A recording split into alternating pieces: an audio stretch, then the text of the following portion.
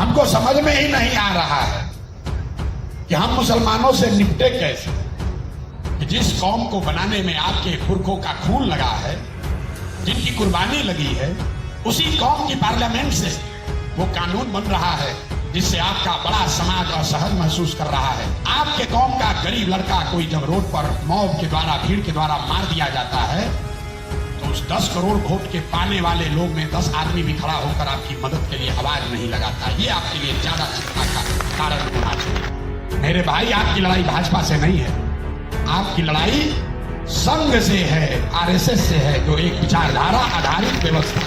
आप लिख के ले लीजिए, 10 वर्ष के बाद मुसलमान कहेगा कि मोदी कितना खराब था, उसको बर्दाश्त कर लिए, योगी बड़ा खतरनाक है। तो वैसे जी ये कह रहे हैं कि सारे मुसलमान एक साथ आइए और अपने बीच से लीडरशिप पैदा कीजिए, किसी दल का पीछे झंडा मत ढोइए। हम भी वही कह रहे हैं।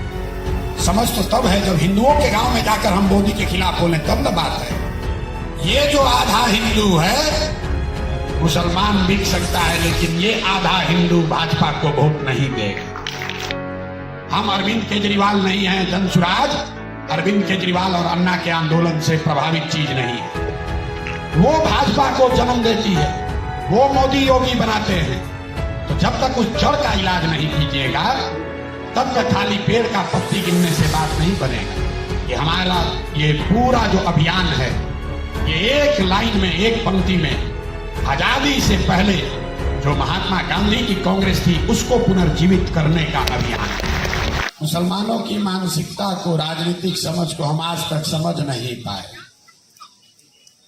हम रोज बैठ के सोचते हैं कि भाई, जिस कौम को, जिन लोगों को सबसे ज्यादा दवा की जरूरत है, उसको दवा से सबसे ज्यादा परहेज है। इस कौम, इस मुल्क में अगर किसी को मशवरे की, सलाह की, विकल्प की जरूरत है तो वो मुसलमान है। लेकिन मुसलमान को ही इससे सबसे ज्यादा परहेज है। आपकी दशा देखिए, आपको कोई पूछे तो भी आपको बुरा लग रहा है, कोई न पूछे तो आपका फिर भी मुंह खराब हो रहा है। कोई मोहल्ले में गया तो पूछ लिया कि अरे भाई, मोहल्ले में जा रहा है, जरूर कोई ना कोई मतलब होगा। मोहल्ले में नहीं गया तो कहता भैया मोहल्ले में आया ही नहीं हमको पूछने। हमको समझ में ही नहीं आ रहा है कि हम मुसलमानों से निपटे कैसे। हम 2 बरस से पैदल चल रहे हैं। शुरुआती दिनों में हम मुसलमानों के गांव में जाते थे पैदल, रास्ते में जो गांव पड़ा वहां जाते हैं। उसमें हिंदू मुसलमान अगड़ा पिछड़ा नहीं करते, जो रास्ते में गांव है वहां गए। तो मुसलमानों ने ये कहना शुरू किया कि भाई, हमारे गांव में क्यों आ रहे हैं, ऐसा तो नहीं कि हम लोग को साथ में लेना चाहते हैं। अब बताइए, आपके गांव में कोई गया आपके हालात को देखने तो आपको शक हो रहा है, अरे भाई हमसे कुछ लेने तो नहीं आया है। फिर मैंने जाना छोड़ दिया, छोड़ो भाई, मुसलमानों के यहां मत जाओ, हिंदू वाले रास्ते में ही चलो। फिर मुसलमानों ने कहा वो हम लोग का बातें नहीं कर रहे, वो तो खाली नरेंद्र मोदी पर अटैक नहीं कर रहे। मुसलमान कहता है कि तो लालू जी का शिकायत कर रहे हैं, मोदी जी पर, भाजपा पर ज्यादा नहीं बोलते। अब इसको मैं आपकी चालाकी समझूं कि बेवकूफी, मुझे समझ में नहीं आता। मुसलमानों के बीच में खड़े होकर भाजपा और मोदी को गाली देना या उनकी शिकायत करना, ये आपकी ताली से ज्यादा हमको क्या देगा। समझ तो तब है जब हिंदुओं के गांव में जाकर हम मोदी के खिलाफ बोले, तब न बात है। लेकिन आपका स्वभाव क्या है? आप चाहते हैं कि कोई आए और हमारे सामने खड़ा होकर बताए कि भाजपा कितना बड़ा आताताई है, कितना आपके साथ गलत कर रहा है। मुसलमान ने ताली बजाया और उसको लगता है यही मेरा नया रहनुमा पैदा हो गया। तो भाई, हम तो ऐसी कोई बात कहते नहीं, हम ऐसी कोई बात नहीं कर, हम ऐसी कोई बात नहीं कह रहे हैं जो आपको अच्छी लगे। यहां पर मंच पर जितने लोग खड़े हुए, सबने कहा कि आपको कितना ठगा गया है। आपको ठगा इसलिए गया है कि आप उसी के लायक हैं। हमारे शब्द पर मत जाइए, आपने अपने आप को वैसा ही बना लिया। जरा सोचिए, जिस मुल्क में 2-4-5 हजार वोट रखने वाला आदमी वो भी मुफ्त में किसी को वोट नहीं दे रहा है, वहां 20 करोड़ की आबादी वाला मुसलमान समाज, बिहार में नहीं, सीमांचल में नहीं, पूरे देश में आपका कोई नेता नहीं। कुछ तो गलती होगी, कुछ तो आपके प्रयास, आपके समझ में कमी होगी, लेकिन आपका समाज उसको देखना ही समझना नहीं चाहता। आप ऐसे भीड़ के हिस्सा बन गए हैं जो एक बार किसी ने हाँक दिया बस उधर ही चले जा रहे। अभी किसी सज्जन ने बहुत अच्छा बोला कि हमारा समाज तो आपके साथ बिल्कुल रहेगा, आपका समाज हमारे साथ रहेगा कि नहीं, ये बताइए। हम अभी आपको बताते हैं कि वो रहेगा कि नहीं। इस देश में उनका कहना है कि भाई मुसलमान को वोट दे रहा है हिंदुओं को, हिंदू लोग मुसलमान को वोट नहीं दे रहा। ये बहुत बड़ा भ्रम आपके दिमाग में बैठा दिया गया। आप बड़े नेता हैं, इस देश में 80% हिंदू रहता है। इस बात को ध्यान से सुनिए, 80% इस देश में हिंदू रहते हैं। भाजपा को 2019 में सबसे ज्यादा जब वोट आया तो उनको 37% वोट आया था। इस बार 0.7% कम 36% वोट आया है। मुसलमानों ने तो भाजपा को वोट दिया नहीं। तो 80% हिंदुओं के इस देश में अगर भाजपा को 36% वोट आया है तो 5वें क्लास का गणित का विद्यार्थी भी बता देगा कि आधे से कम हिंदुओं ने भाजपा को वोट दिया। मतलब आधा हिंदू आज भी ऐसा है जो भाजपा को वोट नहीं देता है। ये भाजपा का प्रोपेगेंडा है, आपके मन का डर है, जिसमें आपको बता दिया गया है कि कोई हिंदू बचा नहीं जिसके साथ तुम चल सकते हो। आपको खाली इतना देखना है। आपने कहा कि आप उन हिंदुओं को हमारे साथ वोट देने के लिए कहिए। हम आपको बता रहे हैं, आप भाजपा के खिलाफ वोट दीजिए या मत दीजिए।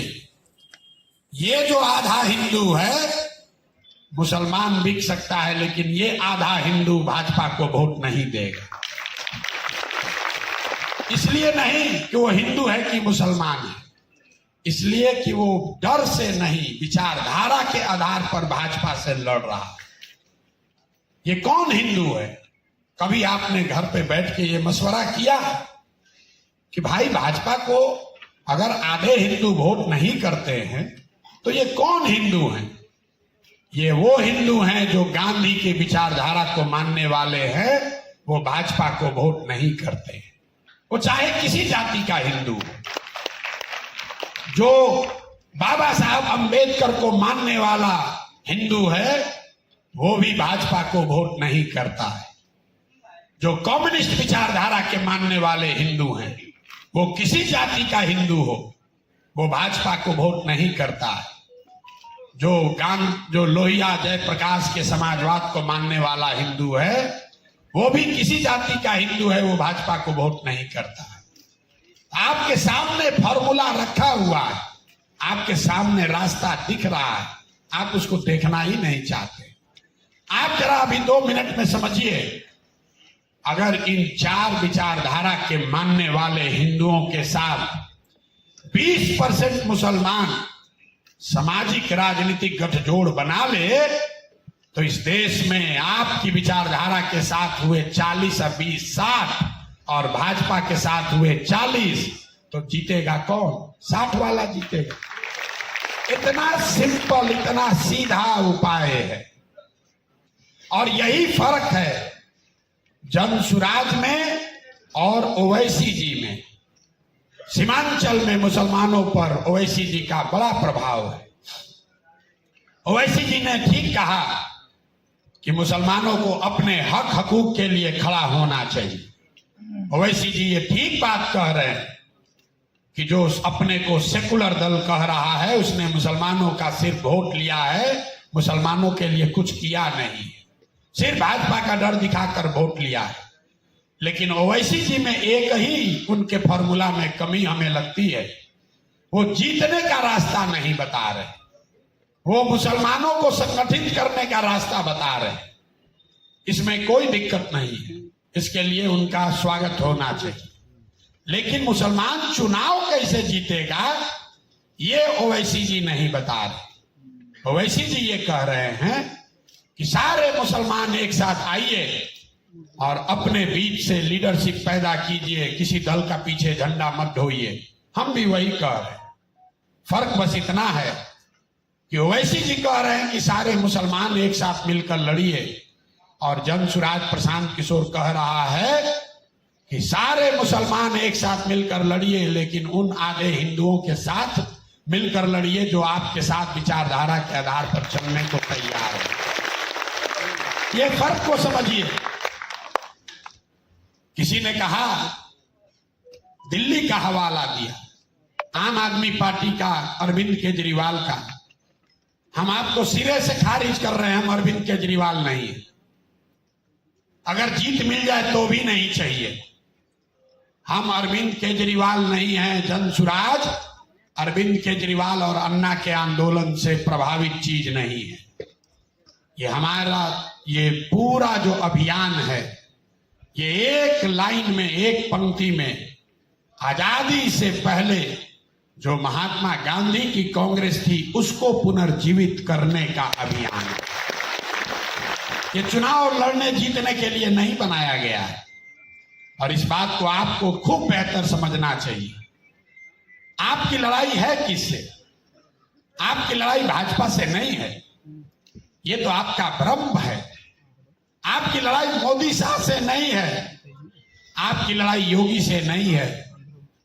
ये आपके मन में बैठा दिया गया है कि मोदी नहीं रहेंगे तो हम लोग ठीक हो जाएंगे।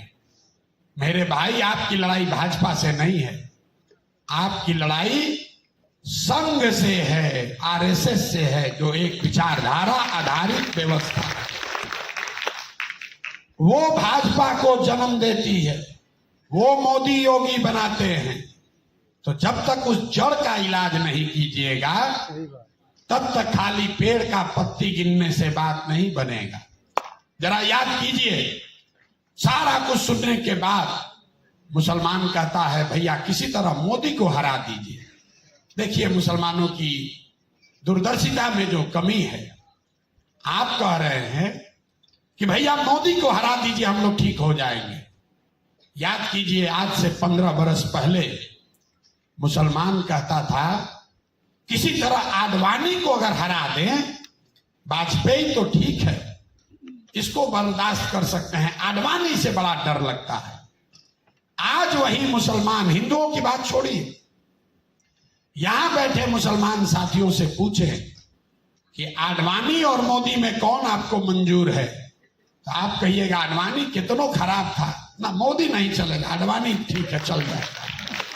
मेरे भाई, आप लिख के ले लीजिए, 10 बरस के बाद मुसलमान कहेगा कि मोदी कितनों खराब था, उसको बर्दाश्त कर लिए, योगी बड़ा खतरनाक। आप ये समझ नहीं रहे, ये हंसने की बात नहीं है। इस बात की गंभीरता को समझिए। ये संघ वाले लोग धीरे धीरे जो सेंटर है उसको राइट के ओर ले जा रहा है। आपके लिए नहीं, उसको मालूम है उसको आपका वोट नहीं चाहिए। जो 80% हिंदू है उसमें आधे हिंदू आज योगी को, आज मोदी को मान रहे हैं। वो उन हिंदुओं में अब योगी को बैठाएंगे, योगी के बाद किसी और भारी एक्सट्रीमिस्ट को बैठाएंगे। उस बात को जब तक आप नहीं समझिएगा तब तक आप कभी लड़ाई जीत ही नहीं सकते। आपको पता ही नहीं है कि लड़ाई है किससे। लड़ाई है संघ से और आप लड़ रहे हैं भाजपा से। तो आप एक बार उसको हरा भी दीजिएगा। आपने आडवाणी वाजपेयी को हरा दिया, यूपीए ने आडवाणी वाजपेयी को हरा दिया 2004 में। फिर क्या हुआ? 10 बरस के बाद उससे दुगना ताकत से वो वापस आ गया। जब तक उसका इलाज नहीं कीजिएगा तब तक इसका कोई उपाय नहीं। आपको पहले समझना है संघ कैसे बना है। जिससे लड़ाई लड़नी है। नीति ये कहती है कि अपने दुश्मन को, अपने प्रतिद्वंदी को, जिससे आपका मुकाबला है, उसकी ताकत और कमजोरी का बहुत अच्छा अध्ययन होना चाहिए। यही रणनीति है, यही नीति है। उनकी ताकत क्या है? संघ ने कभी गांधी मैदान में रैली नहीं किया, वो चुनाव लड़ने जीतने नहीं आते। उनकी ताकत है गांव गांव में हर दिन संघ 1 लाख शाखा लगाता है और बच्चों को निचले स्तर से अपने विचारधारा से जोड़ रहा है। आप लोग मुसलमानों के बड़े सलाहियत रखने वाले लोग हैं। आप मुझे बताइए, जिस कौम में ज़कात से के पैसे से आप मस्जिद बनाते हैं, यतीम खाने चलाते हैं, मदरसे चलाते हैं, इतनी बड़ी बड़ी आपके यहाँ संस्थाएं हैं, देश की एक संस्था बताइए मुसलमानों की जो अपने बच्चों को राजनीति सिखाती है? कोई ऐसा संस्था नहीं है जो कि अपने बच्चों को राजनीति सिखा रहा है। और यही आपकी परेशानी का सबब है। जब तक आप अपने विचारधारा को मानने वाले, अपने विचारधारा को बढ़ाने वाले लोगों को खड़ा नहीं करोगे, तो कितनी भी सभा कर लीजिए, किसी को भी वोट दे दीजिए, आपका भला होने वाला नहीं। आपने लंबी लड़ाई लड़ी, आप उर्दू की लड़ाई लड़े, आप हज कमेटी का लड़ाई लड़े। एक बार सरकार में कोई आएगा, एक कानून बनाएगा, 50 साल का आपका संघर्ष खत्म हो जाएगा। एक कानून वक्त का बना है, आज अभी बना नहीं है, बनने की बात हुई है। और मुसलमानों में इतनी घबराहट है। आप ये नहीं सोच रहे हैं कि जिस कौम को बनाने में आपके पुरखों का खून लगा है, जिनकी कुर्बानी लगी है, उसी कौम की पार्लियामेंट से वो कानून बन रहा है जिससे आपका बड़ा समाज असहज महसूस कर रहा है और आपके लिए बोलने वाला कोई खड़ा नहीं। ये चिंता की बात है। लेकिन उससे ज्यादा चिंता की बात यह है कि पार्लियामेंट से बाहर, पार्लियामेंट में तो आपके जिताए हुए लोग इतने नहीं है कि कानून बनने से रोक दें, लेकिन जिन लोगों को आपने 10 करोड़ वोट दिया है, 10 करोड़ मुसलमानों ने इंडिया अलायंस को वोट दिया है, आपके कौम का गरीब लड़का कोई जब रोड पर मॉब के द्वारा, भीड़ के द्वारा मार दिया जाता है, तो उस 10 करोड़ वोट के पाने वाले लोग में 10 आदमी भी खड़ा होकर आपकी मदद के लिए आवाज नहीं लगाता। ये आपके लिए ज्यादा चिंता का कारण होना चाहिए। कानून से डरने की जरूरत नहीं है, वो तो पार्लियामेंट में जिसका बहुमत रहेगा वो बना लेगा। आज नहीं है, कल आपका होगा, कल बना लीजिएगा। लेकिन ये जो मेंटालिटी है, राजद ने आपका क्या नुकसान किया? राजद ने आपका विकास नहीं किया, राजद ने आपके बच्चों के पढ़ाई की चिंता नहीं की, आपको गरीब रखा, ये सब तो सब आप जानते हैं। राजद ने आपका सबसे बड़ा नुकसान ये किया कि उसने आपको मानसिक तौर पर इतना कमजोर बना दिया कि आपको ऐसा लगता है कि अब हमको अगर इस देश में राजनीति करनी है, बिहार में राजनीति करनी है, तो किसी न किसी के पीछे ही चलना पड़ेगा। चाहे उनके पीछे चले कि प्रशांत किशोर के पीछे चले।